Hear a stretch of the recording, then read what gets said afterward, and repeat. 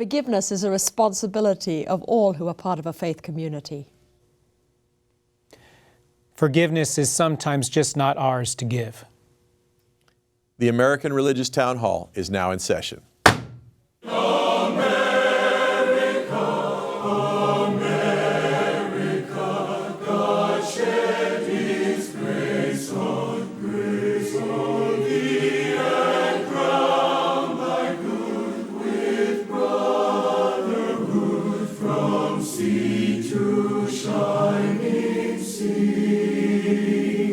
Welcome, friends, to the American Religious Town Hall meeting, where the discussion of religious, political, and social issues is meant to promote the cause of religious freedom and to help us better understand each other. And now, here's your host and moderator, Pastor Jerry Lutz. James Weingardner sitting in for Jerry Lutz. It's good to have you with us. Thank you for joining us, and we want to introduce you to our panel. We'll begin with Michael. Hello, my name is Bishop Michael OLSON, and I serve as the Bishop of the Diocese of Fort Worth, Texas. My name is ANDREA LUXTON. I'm president of Andrews University in Berrien Springs, Michigan, which is affiliated with the Seventh-day Adventist Church. I'm Tom Plumbley. I'm a minister in the Christian Church Disciples of Christ. I serve as senior minister at First Christian Church, Fort Worth, Texas. Hi, my name is Rabbi Dan Levin. I serve as senior rabbi at Temple Bethel in Boca Raton, Florida. Our subject today deals with forgiveness, and it's an important subject not only for people of faith, but for people everywhere. There are many powerful stories of human forgiveness. One's the account of Corrie ten Boom in her book, The Hiding Place. A Christian who survived the horrors of concentration camp life. Ten Boom saw her sister die at the camp, but still found the power to forgive those responsible.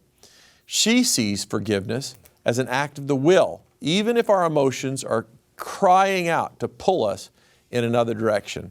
She writes, quote, "Forgiveness is the key that unlocks the door of resentment and the handcuffs of hatred.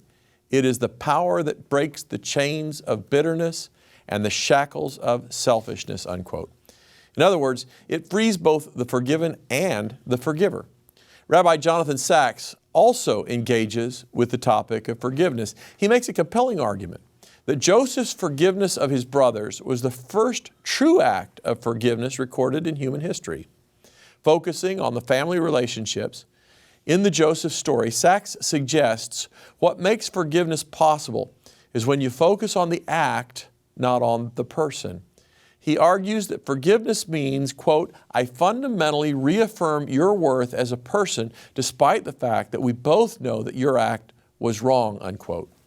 Such an act stands in opposition to the instinctive desire for revenge, which by its nature sets out to diminish and devalue the other person.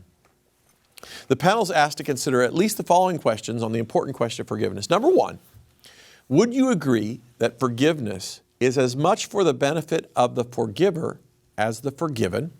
Number two, do you think Sacks' focus on the act and not the person is a good way to make forgiveness possible? And three, as a member of a faith community, why do you see forgiveness as important, and must we forgive even the unforgivable? We begin our discussion today with Dr. ANDREA LUXTON. Sorry. Thank you. This is a really difficult topic. We can talk about it in the abstract, we can talk about it theologically, but really it comes down to human emotions and feelings, and those don't always neatly come together. I guess I'm in a fortunate situation that so far in my life, nothing so bad has happened to me that it has turned into a sense of bitterness that has made it really, really hard to forget. And therefore, I don't want to come across assuming that I understand how difficult it is when hurts are really, really deep to say, just forgive. It's not that simple, I understand that. But I do strongly believe that where forgiveness happens, there is a healing that takes place for both the forgiven and the forgiver. And I think we see that many times in just in the relationships we have and have seen around us. We see what happens when someone can't forgive, and the resentment that sets in, and the revenge that happens, and the cycles of revenge that can happen. I think that becomes really dangerous. So back to the question, is it a responsibility of someone from a faith community to forgive? I do believe that the Bible does tell us that. From a New Testament perspective, how many times should we forgive? 7 times? No, 70 times 7. In other words, keep forgiving and forgiving. The Lord's Prayer, forgive us as we have forgiven others. Then when you get to Christ himself, he said, Father, forgive them, for they don't know what they do. And that opens an interesting question to me, because he seems to be saying there, he's not saying I forgive them, even though the act is being against him. He says, Father, forgive them. And you look back into the Old Testament, David, I have sinned against God. Well, he'd actually sinned against a few other people too, from our perspective, but he was turning to forgiveness about sinning against God. And so I suppose I want to raise a kind of question here as the conversation continues. Is our ability to get into this whole question of forgiveness, our ability to see that maybe it's not just us and the other person that's in the equation, but it's also God. And maybe we are partnering with God in the act of forgiveness. It's not just purely a human act. Thank you. Rabbi Dan Levin. So I'm touched by so much of what you shared, Dr. LUXTON. In Jewish tradition, there's so much that is a part of our ritual life, especially around the High Holy Days, the celebration of the Jewish New Year and the Day of Atonement, where we're instructed that the Day of Atonement is for sins between us and the Holy One, but the rest of the year is our responsibility to seek and grant forgiveness between each other. And there's a tradition that says that if you trespass against somebody, you have to go and ask that person's forgiveness sincerely. And if that person doesn't grant that forgiveness, you have to go to them again.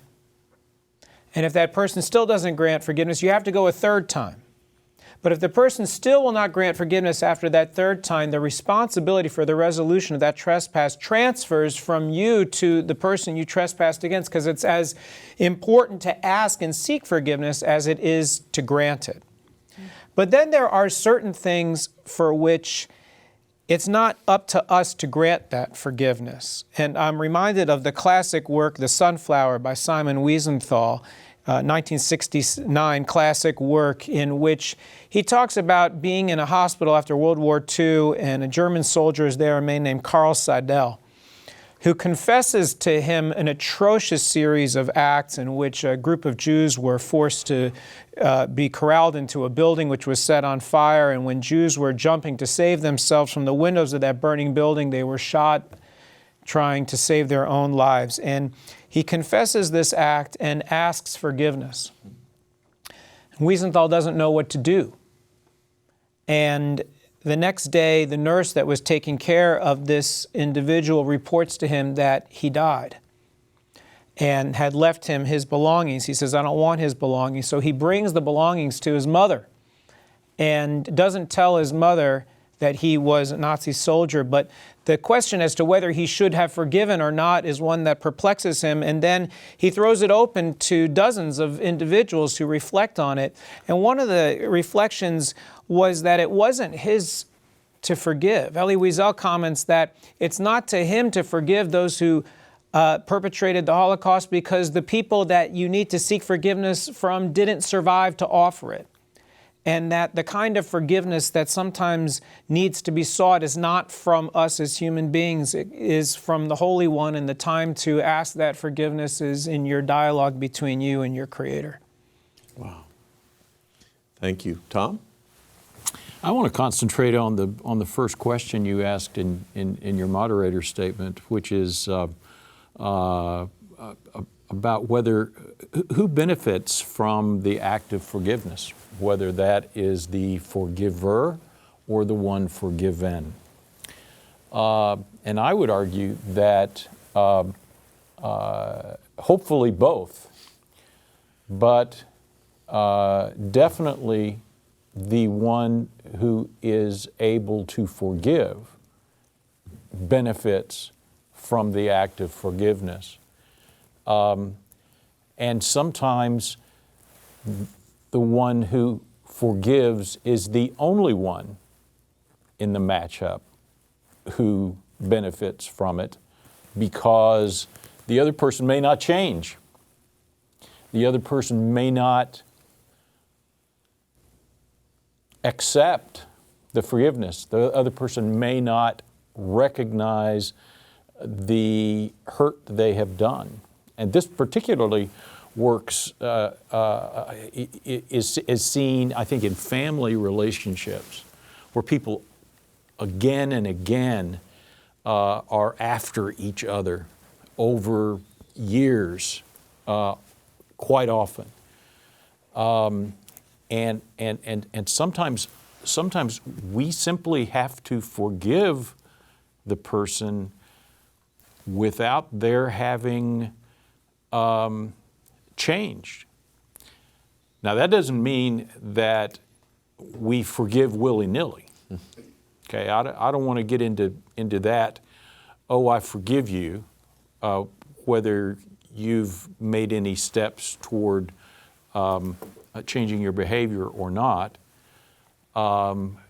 because I think that sometimes comes off as very superficial forms of forgiveness, and I know a lot of very religious people who try to do things like that, utter words of forgiveness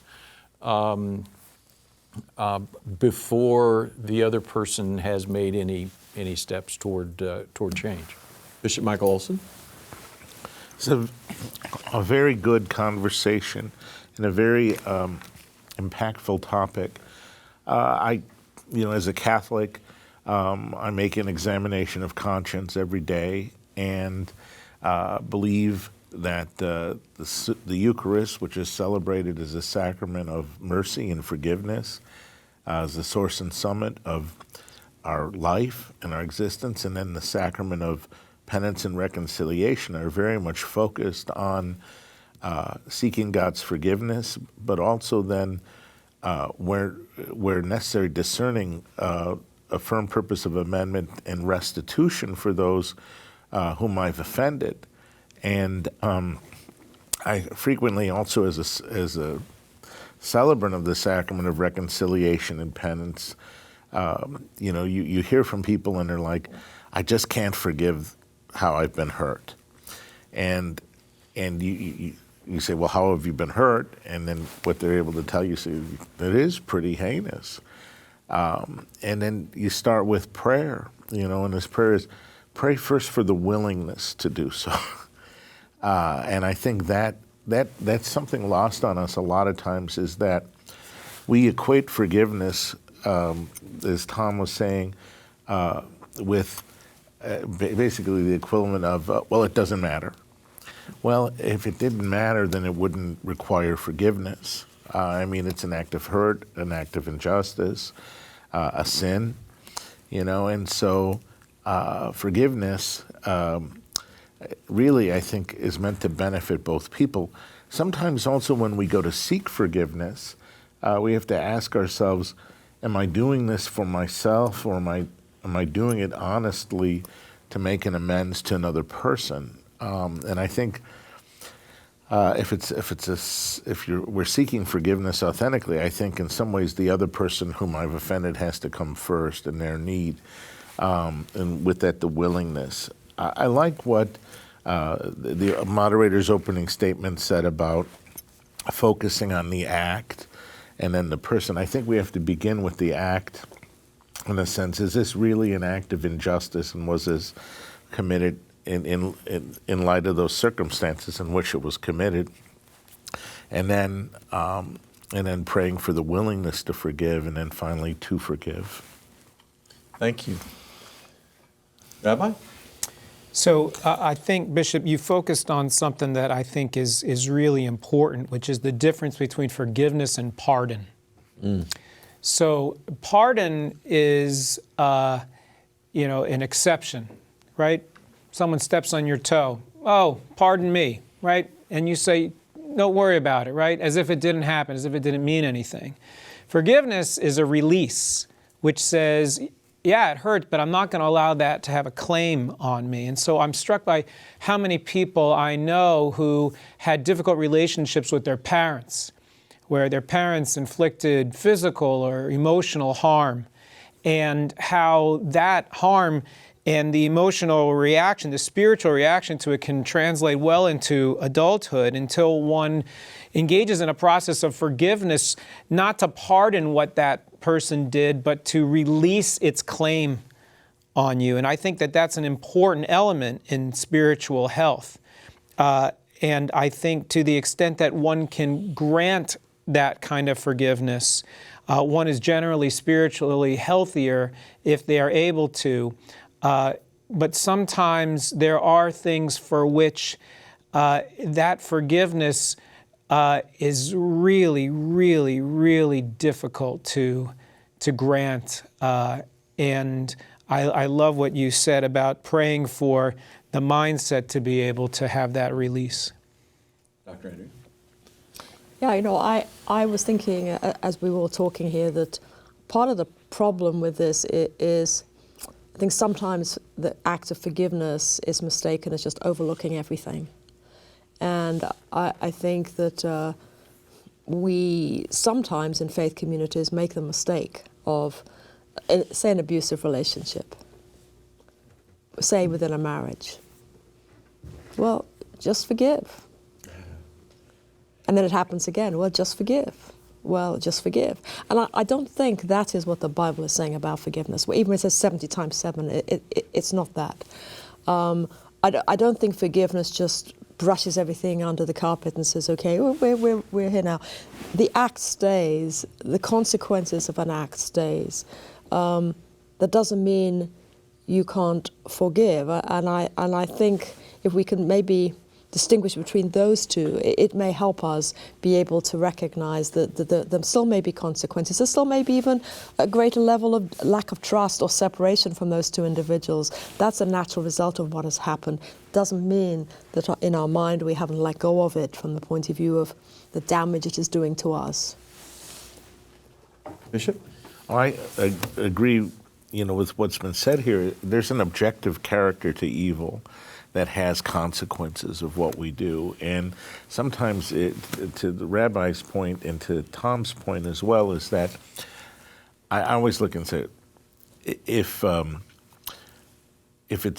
this act of forgiveness on my part doesn't cost me anything, then it's not my place to forgive, really. I mean, in the sense of it's like, well, except I'm thinking, with the exception, obviously, when I'm performing sacramentally, the role of the confessor in the sacrament of reconciliation. But there's a sense where true forgiveness is not an act of denial, and it's not something that perpetuates the objective harm caused by sin either. My experience has been that the act or decision of forgiveness is really the beginning of healing and not the end. That oftentimes, is, depending on the extent of the harm, that years of healing follow that. Go ahead. I think also, just because someone is forgiven doesn't mean they don't bear the consequences of their bad act. And I think that that's a crucial understanding. Part of what you mentioned at the beginning was this idea, can we sort of differentiate between the individual and the act? And the answer is yes. I've seen wonderful people do monstrous acts on a given day. Which doesn't rob them of their humanity, but they need to take culpability and responsibility and submit themselves to the consequences of that monstrous act. And that, I think, is what rescues their humanity from that bad action. Thank you. We're going to go to a break, and we'll be right back. We hope you are enjoying today's program. If you would like to learn more about the American Religious Town Hall, please visit our website at americanreligious.org. That's americanreligious.org. There you can read about the mission and history of the program, learn about the Town Hall estates, and view past programs by clicking the appropriate menu buttons. Each week, Pastor Lutz looks forward to receiving your letters. You may write to him at the address shown on your screen. Send your letters to Pastor Jerry Lutz, American Religious Town Hall Meeting, P.O. Box 180118, Dallas, Texas 75218. That's Pastor Jerry Lutz, American Religious Town Hall Meeting, P.O. Box 180118, Dallas, Texas 75218. Thank you for writing, and thank you for watching. And now, back to you and today's closing statements. We would love to hear from you. Let's now hear our closing statements from our panelists. Catholics believe that our sins are forgiven by Christ's saving act on the cross, His resurrection, and His conquering of sin. It also prompts in us, though, a willingness to seek forgiveness, a willingness to be people forgiving others who harm us. That, of course, requires an acknowledgement of the objective evil that is done, the objectivity of sin, and also as well the willingness to forgive, especially as we've been harmed. That takes God's grace, it takes time, and hopefully by His grace and over time, it leads to reconciliation. Thank you. I think that most folks that represent faith communities would agree that forgiveness is offered by our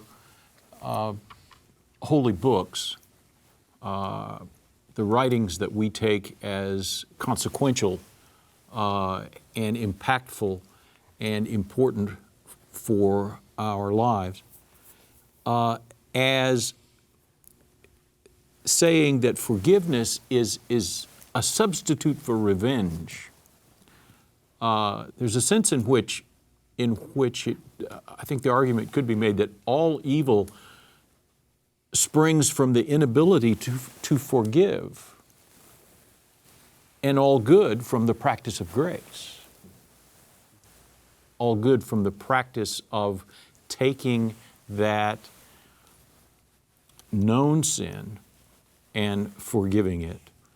Revenge is simply impractical in the end. I believe it was Dr. King who said, darkness does not drive out darkness. Only light can do that. And I think those are powerful words for us to remember as we close. Yeah. So the Holy One gave us an imperfect world and created us as imperfect beings. And as imperfect beings, we are going to bump into each other. And we are going to harm each other. We're going to cause offense. We're going to trespass. And it therefore behooves us to find ways to follow those commandments, to seek justice and to seek peace. And forgiveness is that path. Resentment is the number one toxin that destroys relationships, and resentment is the number one toxin that eats souls from within. And forgiveness is the release that affords us that sense of spiritual healing. And so I think we are realizing, as you said, that an eye for an eye makes the whole world blind. But that if we can find a path to that release, not pardon, not excusal, but release, we may find that we're able to heal a lot of that brokenness in the world. Thank you. Dr. LUXTON. This may be a somewhat simplistic example, but when I was younger, I was taking my grandmother's dog for a walk, poodle, and we went along fine, and then I trod on the poodle's paw, and it squealed. And of course, it was unconscious, and I, oh, sorry, I didn't mean to do that, petted it. Everything seemed fine. We went home, everything was fine. Next day, I take him for a walk. We get to that same lamppost. He turns around and he nips me in the leg. No, I probably deserved it. But that is an instinctive action of, I've got to kick back now before I'm kicked again. And I really think that God says to us, you're not like this. I've given you a humanity and a dignity, and that asks you to rise above that kind of, you did this to me and I'm going to do it back. And I want to be part of that as well. This whole forgiveness thing, and this whole, it's kind of you, the other person, but it's also me. And let's kind of work through this together. And I think that ability for us to maybe see ourselves as part of something bigger, and for God to be part of that too, sometimes helps us a little bit pull back and recognize there is the value of the other person, and in recognizing the value of the other person, maybe to, yes, not overlook the act. There are consequences of the act, but to at least forgive and not feel we need to take that revenge action. I think this is, if we could really move forward on this forgiveness thing, I think the world would be a whole lot of a better place to live. And our faith communities would as well. Yeah. Very, very difficult, but very, very important. Yeah, I always like to ask the question, who am I? I'm someone made in the image of God who forgives abundantly. And that's our calling. It's what makes us, as people of faith, different from people who are not of people of faith. We are called to be in God's image, to act like He does, with grace, with that amazing grace that the song talks about, but more importantly, he says, forgiving to 1,000 generations. And so that's our calling. The charter of the American Religious Town Hall provides that Roman Catholics, Protestants, Jews, educators, and others may appear on this program and can declare their beliefs without hesitancy. And the rest of the members of the panel will uphold and guarantee that American right to all who will appear, irrespective of race or creed, so that the rest of the world can see that here in America, we believe in civil and religious freedom, not only in theory, but also in reality. And now, friends, until next week at the same time and over the very same channel, the American Religious Town Hall meeting stands adjourned. May the God of all of us bless all of you.